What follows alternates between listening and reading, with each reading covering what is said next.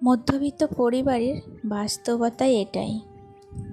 প্রয়োজনের একটা জিনিস কিনতেও আমাদের 10 বার ভাবতে হয়, কিন্তু কিছু জিনিস এমন থাকে যা আর না কিনে উপায় থাকে না। আজকে আর্থিক চাপের মধ্যেও একটা গুরুত্বপূর্ণ সিদ্ধান্ত নিতে বাধ্যই হলাম।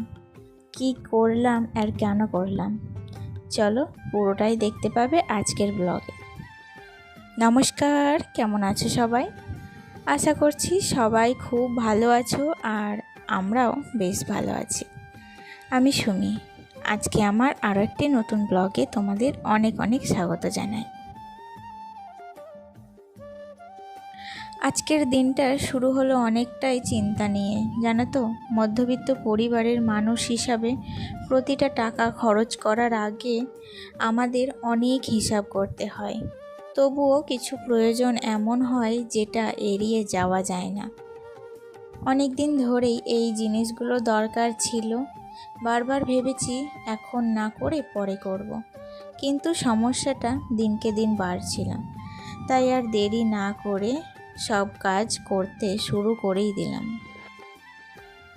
আমাদের সংসার জীবনে আমরা একে অপরের প্রতি প্রচণ্ড সহানুভূতিশীল এবং মায়াপ্রবণ হয়ে থাকি। একে অপরের বিপদে আমরা পাশে দাঁড়াই, কখনো কারো সমস্যা হলে সেটা সমাধান করার চেষ্টা করি। আর এই করতে করতেই কিন্তু নিজের দিকটা তাকানোর সময় পাই না, আর নিজেদের কাজটা করার কথা ভুলেই যায়। আর এটাই কিন্তু হচ্ছিল ঠিক আমাদের সাথে, জানো তো। অনেক দিন হয়ে গেল বাড়িটা তৈরি করা হয়েছে, কিন্তু বাড়িটাতে রং করে উঠতে পারছিলাম না। আজ করব, কাল করব, এভাবেই করতে করতে প্রায় 7টা বছর কেটে গেল। তবুও আমরা কিন্তু রং করতে উঠতে পারিনি। আর এখন দেখলাম যে সমস্যা তো লেগেই থাকবে। প্রত্যেকটা সংসারে প্রত্যেকটা মানুষের জীবনে সমস্যা কার না আছে।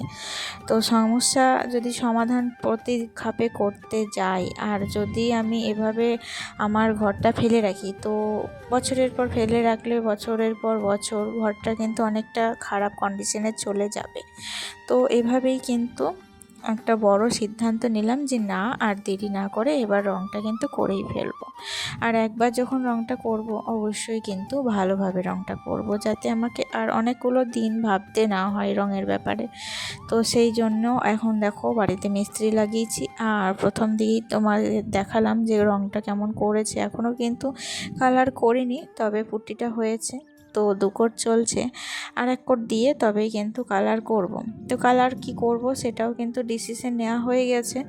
আর তাও আমি তোমাদেরকে অবশ্যই জানাচ্ছি যে কি কালার করলে সব থেকে বেস্ট লাগবে, কেমনভাবে করলে ভালো লাগবে, সেটা কিন্তু তোমরা অবশ্যই আমাকে তোমাদের মতামতটা জানিও। আমি কিন্তু তোমাদের ওপর একটু চয়েসটা ছেড়ে দিচ্ছি। তোমরা যদি ভালো লাগে বা আমাকে ভালো ভালো একটু কমেন্ট দিতে পারো, তবে কিন্তু তোমাদের মতামত অনুসারেই আমি কিন্তু কালারটা করব। যাই হোক, ওদিকে তো দেখলেই মিস্ত্রি লেগেছে, বুঝতেই পারছো। সকাল থেকে তো আজকে ব্লগটা আরম্ভ করতেই পারিনি। তো একদম কিন্তু বিকেল বলবো না, একদম সন্ধ্যে থেকে আজকে ব্লগটা আরম্ভ করেছি। আজকে হচ্ছে বৃহস্পতিবার। আজকে ভাতের চাল দুপুরবেলায় কিন্তু একবেলা দিয়েছিলাম। রাত্রিবেলায় ভেবেছিলাম আজকে একটু অন্য কিছু বানাবো। তো আমার শাশুড়ি মা বললেন যে আজকে রাত্রিবেলায় একটু পরোটা বানাতে। তাই জন্য দেখো আলুর তরকারি আর একটু পরোটা, এই হচ্ছে আজকে আমাদের রাত্রে ডিনারের মেনু। তো দেখো বিকেল থাকতেই কিন্তু করে নিয়েছি। আর বিকেলের দিকে প্রচুর ঝড় বৃষ্টি হয়েছিল আজকে, তাই জন্য কারেন্ট চলে গেছিলো। তো সন্ধে হতে হতে কারেন্টটা চলে এসেছিলো, আর মেঘটা কিন্তু হয়েই ছিল। তাই জন্য আমি তাড়াতাড়ি করেই কিন্তু আজকে খাবারটা বানিয়ে নিয়েছি। কারেন্ট চলে গেলে রাত্রিবেলায় প্রচণ্ড অসুবিধা হয় কাজ করতে, জানো তো। তাই জন্য দেখো খাবার বানানোর সাথে সাথে ছেলেকেও খাইয়ে দিয়েছি। আর কি বলো তো, দেখবে যত তুমি তাড়াতাড়ি কাজ করে নেবে না, তত কিন্তু রিল্যাক্সে ছেলের প্রতি একটু নজর দেওয়া যাবে। তো ছেলেকে পড়ানো, ওর প্রতি একটু যত্ন, সব কিছু কিন্তু খুব আরামসেই করা যায়। আর এদিকে কাজ করব করে যদি তুমি ছেলেকে খাওয়ানো বা পড়ানো করতে চাই না, তাহলে কোনো কাজটাই ভালোভাবে হয় না। আজকে যেহেতু বৃহস্পতিবার, শ্বশুরমশাই বসে গেছেন বাড়ির পুজো করতে, যেটা আমাদের প্রত্যেক বৃহস্পতিবার পুজো হয়ে থাকে। আমাদের ঘট ভরে ঘট প্রতিস্থাপন করে পুজো। তো রান্নাবান্না সবটাই কমপ্লিট, এদিকে পুজো চলছে, ছেলেকে খাওয়ানো হয়ে গেছে। আর এখন কিন্তু একটু স্কিন কেয়ার করব। আসলে কি বলো তো, সব সময় গ্যাসের কাছে উনুনের তাপে রান্নাবান্না করছি, তো সব সময় মুখটা কিন্তু আমার এমনিতেও অয়েলি স্কিন, তার উপরে আরও কিন্তু তেল তেল করছে। তাই জন্য আমি কিন্তু এখন দুবারের জায়গায় 3 থেকে 4 বার মুখে ফেস ওয়াশটা লাগাচ্ছি। কিন্তু সত্যি কথা বলি, আমি মুখে কিন্তু কোনো রকম কোনো ময়শ্চারাইজার লাগাতে পারছি না এই গরমে। এত গরমটাই পড়েছে না। বিকেলবেলায় ঝড় বৃষ্টি হয়েছিল ঠিকই, কিন্তু কি বলতো, কোনো রকম কোনো গরম থেকে একটু রেহাই পাইনি। মানে কারেন্ট থাকলে তবেই কিন্তু ভালো লাগছে, আর কারেন্টটা চলে গেলে সেই একই পরিমাণ গরমটা ধরে থাকছে, তাই জন্য একটুও স্বস্তি মিলছে না। এদিকে বিকেলবেলায় ছেলেকে দিয়েছিলাম একটু কমপ্লেন করে, তো ও যা দুষ্টু ছেলে দেখো, অর্ধেকটা খেয়েছিল আর কিছুটা না বিছানার মধ্যে ফেলে রেখেছিল। আজকে আর আমি বিছানার কভারটা চেঞ্জ করলাম না, একটা ভেজা ন্যাকড়া দিয়ে ভালো করে বিছানাটাকে মুছে নিয়েছি। তো আজকে রাতটুকু এই বেড কভারই কাটাবো, কালকে সকালবেলায় বেড কভারটা তুলে তারপর কিন্তু অন্য একটা বেড কভার পেতে দেবো, আর এই বেড কভারটাকে কেচে দেবো।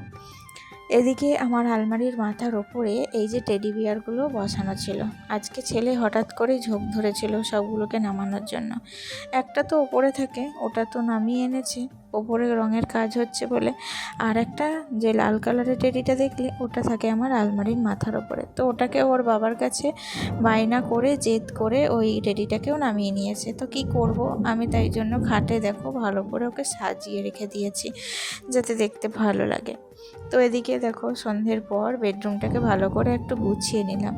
আসলে সকাল সন্ধ্যা দুবার করে আমি বেডরুমটাকে গোছাই, জানো তো। সব সময় আমার বেডরুম যদি ভালো লাগে না দেখতে, তাহলে কিন্তু মনে হাজার একটা শান্তি পাওয়া যায়। আর সব কাজ কমপ্লিট করে যখন এই বেডরুমে আসি, তখন বেডরুমটাকে একটু অগোছালো দেখলে মনের মধ্যে আবার অস্থিরতা আসে।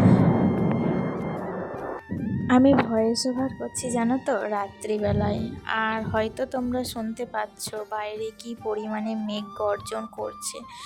আর কারেন্ট নেই, বুঝতেই পারছো। আমরা যেহেতু গ্রামে থাকি, তো তাই একটু ঝড় বা একটু বৃষ্টি হলেই কারেন্ট চলে যায়।